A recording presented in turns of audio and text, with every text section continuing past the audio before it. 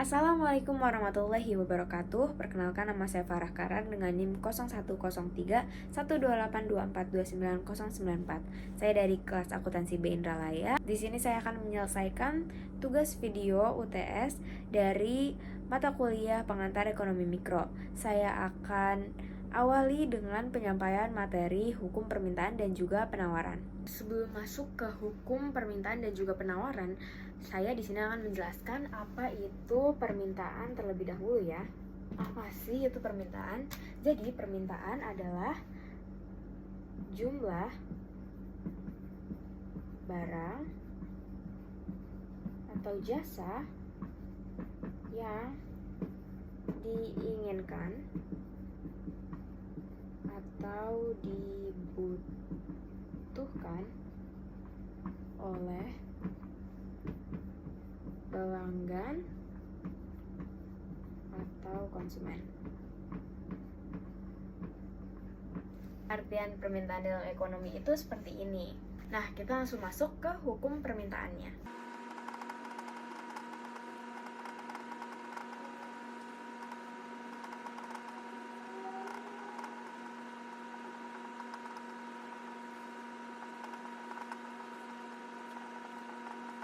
Nah, hukum permintaan dalam kondisi ceteris paribus atau di mana faktor-faktor yang mempengaruhi permintaan itu tetap, yang berarti di situ hukumnya semakin rendah tingkat harga suatu barang, maka semakin banyak jumlah barang yang diminta. Dan begitu pun sebaliknya, di mana kalau misalnya harganya juga naik, harga dari suatu barang itu naik, maka yang diminta, jumlah barang yang diminta itu semakin turun. Contohnya itu kayak kita sehari-hari sih. Kalau misalnya kita mau belanjakan atau beli sesuatu, pasti kita nyarinya yang lebih murah. Nah, itulah konsep dari hukum permintaan. Simpelnya seperti itu. Nah, sekarang saya akan menjelaskan mengenai kurva permintaan. Apa sih kurva permintaan itu? Kurva permintaan ini menggambarkan suatu hubungan antara harga tertentu dengan jumlah barang yang diminta oleh pelanggan. Nah, agar kita dapat mengetahui lebih jelas dan lebih dalam mengenai kurva permintaan, tentu saja kita harus menggambarkannya. Di sini saya akan memberikan suatu contoh keadaan di mana permintaan pulpen di berbagai tingkat harga. Di sini ada price dan juga kuantitinya dari pulpen ini. Misalnya ada pulpen dengan harga 5.000. Lalu kuantitas yang diminta oleh pelanggan itu adalah 100 kita misalkan. Lalu ada pulpen dengan harga 4.000. Yang diminta oleh pelanggan adalah 200 misalnya. Lalu ada pulpen dengan harga 2.000. Pelanggan meminta pulpen itu sebanyak 500. Nah, sekarang kita akan buat kurvanya.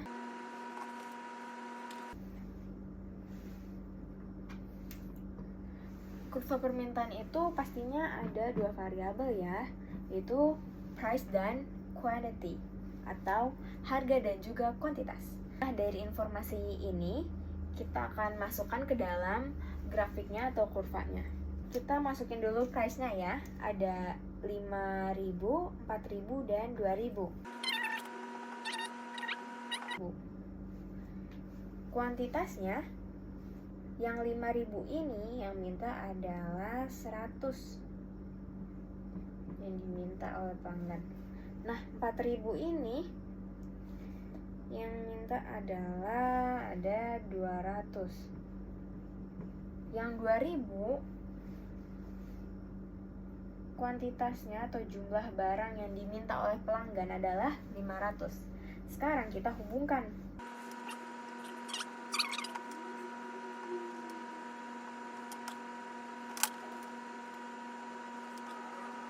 Di sini kita tulis bahwa ini adalah titik A, B, dan C.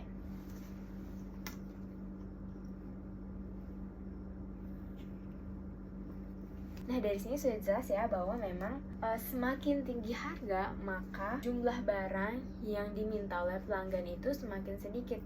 Dan semakin rendah harganya, maka semakin banyak yang diminta oleh pelanggan. Lalu bagaimana dengan hukum penawaran dan juga kurva penawaran?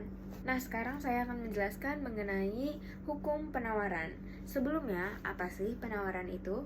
Penawaran adalah sejumlah barang atau jasa yang ditawarkan pada satuan harga dan waktu tertentu. Sekarang kita langsung bahas saja hukum penawaran.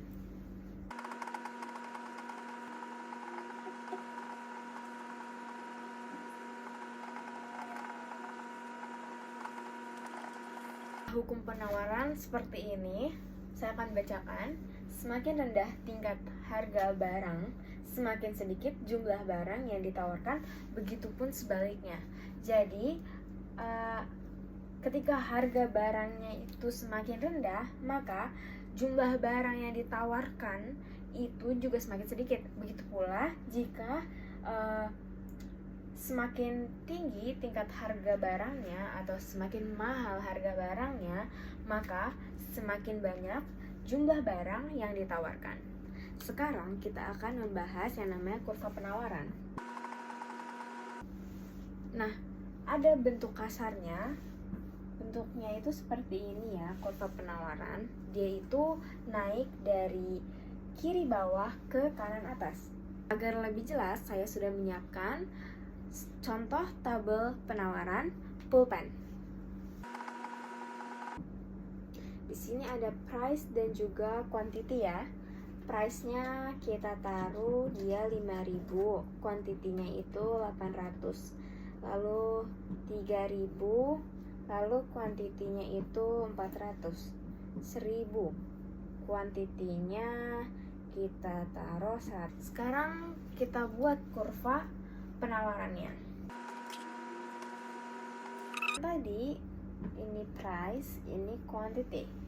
Sekarang kita tinggal menaruh informasi yang ada di sini di tabel ini ke kurvanya. Kita taruh price-nya ada 1.000, ada 3.000, dan ada 5.000. Kuantitinya ada 100, ada 400, dan ada 800. Sekarang kita tinggal menghubungkan saja seperti tadi ya. Seperti ini.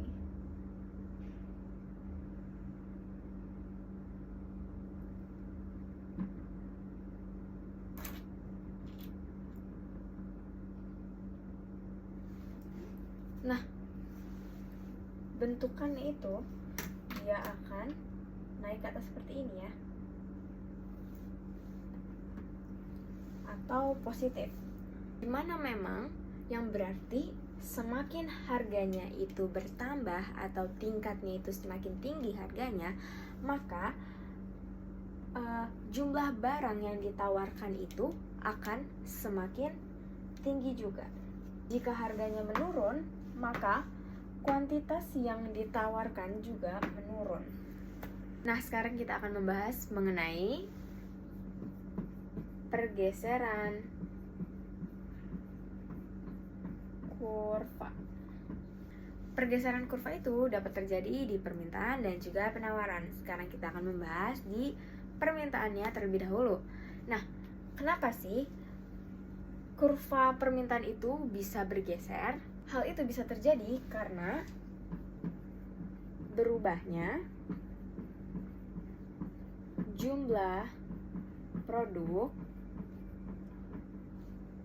yang diminta konsumen.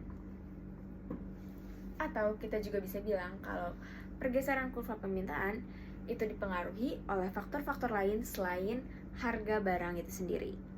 Nah, lalu bagaimana sih pergeseran kurva permintaan itu? Nah, kita akan gambar kurva permintaannya dulu ya. Di sini ada kurva permintaan. Nah, di kurva permintaan ini dia akan seperti ini ya. Ini kita taruh namanya D. Lalu dia bisa bergeser nih ke atas ini. Namanya D aksen. Bisa bergeser ke atas dikarenakan kenaikan faktor lain. Seperti apa tuh? Nah, seperti kenaikan pendapatan. Nah, demand ini atau kurva permintaan ini dia juga bisa bergeser ke bawah. Bener banget. Karena adanya penurunan faktor lain. Jadi, seperti itulah pergeseran kurva permintaan. Sekarang kita lanjut ke pergeseran kurva penawaran. Sebenarnya, pergeseran kurva penawaran ini tidak jauh berbeda dengan pergeseran kurva permintaan. Alasan kurva penawaran ini bisa bergeser yaitu berubahnya jumlah produk yang ditawarkan produsen. Pergeseran kurva penawaran juga dipengaruhi oleh faktor-faktor lain selain harga barang itu sendiri, seperti biaya produksi dan juga teknologi. Sekarang kita akan menggambarkan bagaimana jika kurva penawaran itu bergeser.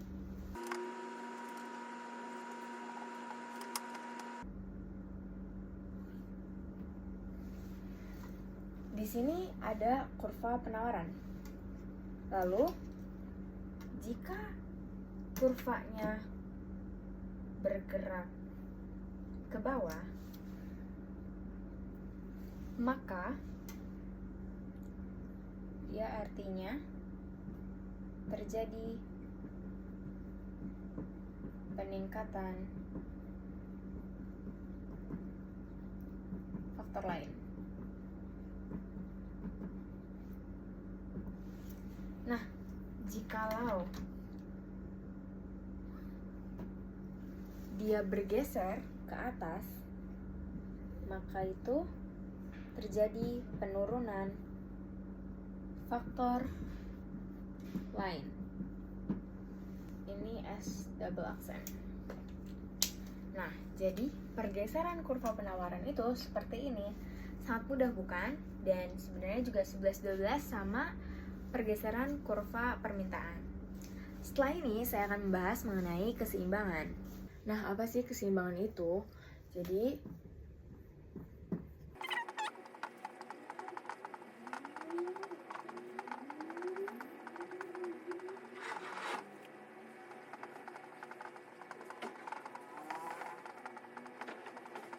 keseimbangan adalah keadaan di mana jumlah barang yang ditawarkan oleh penjual itu dengan harga yang sudah penjual tentukan sama dengan jumlah barang yang diminta oleh para pembeli dengan harga yang sudah ditentukan oleh penjual. Hal ini bisa terjadi dikarenakan yang namanya tawar-menawar.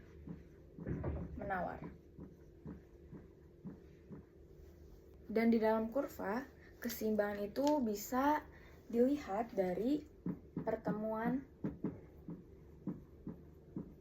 titik permintaan dengan penawaran. Nah, di kurva demand dan supply nanti ada yang namanya fungsi dari permintaan dan juga penawaran. Nah, ketika dari kedua kurva itu bertemu,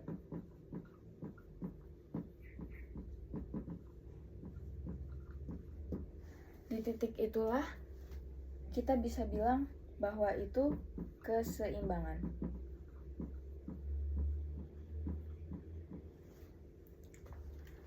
Nah, untuk lebih jelasnya akan saya berikan contoh soal. Suatu keadaan seperti ini. Permintaan pada suatu pasar dengan jumlah barang sebanyak 55, kita tulis ini Q-nya. Karena tadi permintaan, berarti kita tulis ini adalah demand, kita tulis D. Dan ada price-nya. Barang yang diminta adalah 55 dan harganya adalah 550.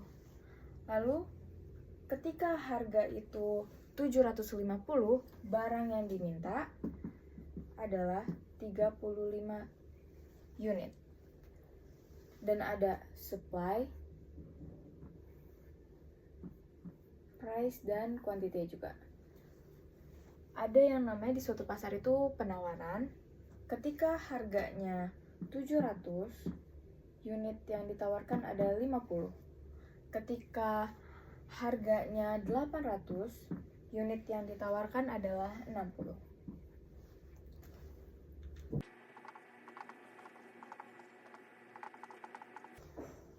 Pertama-tama kita akan menemukan fungsi permintaan dan fungsi penawarannya terlebih dahulu dengan menggunakan rumus ini. P min P1 dibagi P2 min P1 sama dengan Q min Q1 dibagi Q2 min Q1. Seperti itu. Nah, pertama-tama kita akan membuat fungsi permintaan untuk menemukan keseimbangannya.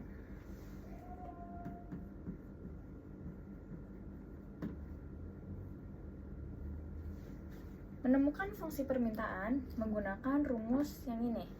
P min P1 per P2 min P1, Q min Q1 dibagi Q2 min Q1. P min P1-nya itu 550. Kita ambil dari data yang ini ya, yang demand. Dibagi 750 dikurang 550, 200. Sama dengan Q min Q1-nya 55. Dibagi 35 dikurang 55, berarti minus 20. Nah, ini kita coret.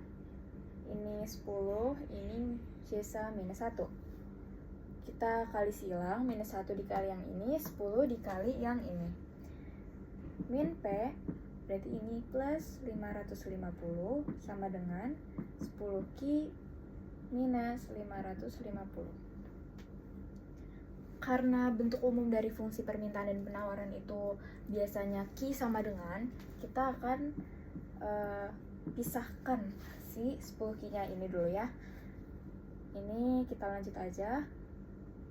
550 ditambah 550 min P. Berarti 10Q sama dengan 1100 ya, min P. Dia karena tadi bentuk umumnya Q sama dengan, si 10-nya ini atau koefisien dari Q-nya ini dibagi dengan yang ini. Berarti ini 110 min P. Ini adalah QD-nya, Q demand.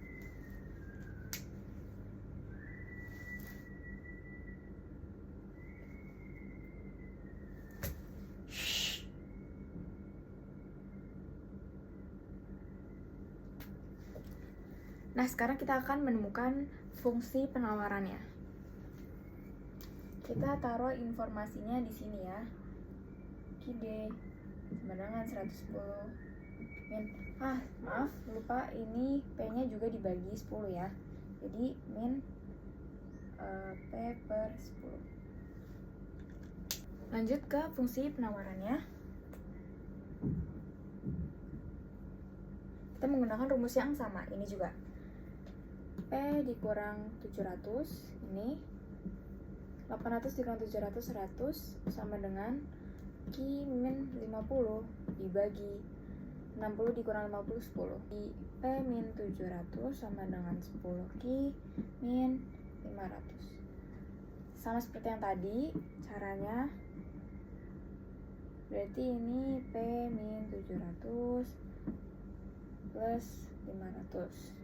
Berarti Q sama dengan minus 200 dibagi 10, 20 ditambah P per 10. Nah, ini QS nya, Q supply nya. Kita taruh lagi informasinya di sini. QS sama dengan minus 20 plus P per 10. Mau mencari titik keseimbangan ya, di mana jumlah yang ditawarkan sama dengan jumlah yang diminta, begitu pula dengan harganya. Rumusnya adalah seperti ini.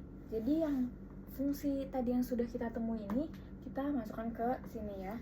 Q-nya 110 min P per 10 sama dengan min 20 plus P per 10. Berarti 110 plus 20 ini P per 10 ditambah P per 10. 130 sama dengan ini 2P per 10. Berarti ini 1300 sama dengan 2P. P sama dengan 1300 dibagi 2, 650. Nah, kita kan sudah menemukan harga di mana antara penjual dan pembelinya ini setuju gitu ya, sama. Sekarang kita akan mencari berapa kuantitasnya atau berapa jumlahnya barang yang sudah mereka setuju ini. Keseimbangannya di mana? Caranya masukkan ke salah satu fungsi. Kita ambil fungsi QS aja ya. Min 20 plus P-nya diganti dengan PE-nya. 650 dibagi 10. Kita coret ya. Lalu berarti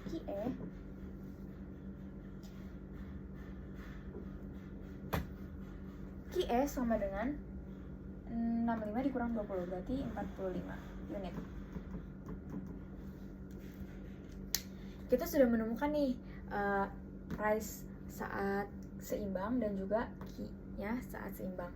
Sekarang kita akan menggambarkan di kurvanya.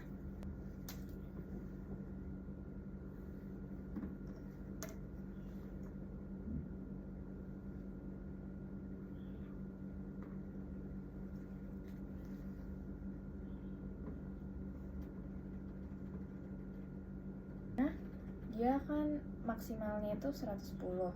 Price-nya maksimalnya adalah 1100.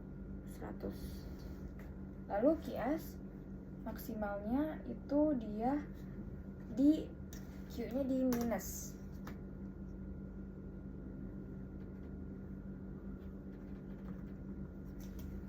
Kita taruh di minus 20. Titik maksimal dari QS ini adalah 200 yang P-nya. Kita taruhlah di sini ya. Tarik garis yang QS P dan Q-nya ini. Lalu tarik garis juga P dan Q-nya.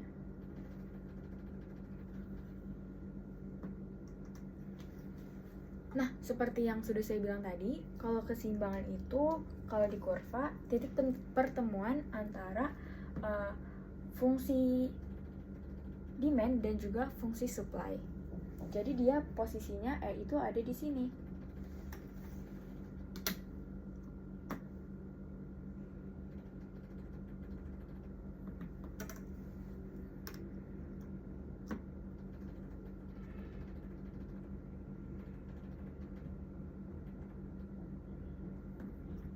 Tadi dia price-nya 650, terus QE-nya itu 45. Ini QD sama dengan 110 min P per 10. Ini QS sama dengan min 20 plus P per 10. Ini E-nya adalah 45,650. Nah, jadi seperti itulah cara mencari keseimbangan di fungsi permintaan dan juga penawaran. Sekian dari saya. Apabila ada kekurangan dalam pemaparan materi, mohon dibukakan pintu maaf sebesar-besarnya. Wabillahi taufiq wal hidayah. Wassalamualaikum warahmatullahi wabarakatuh.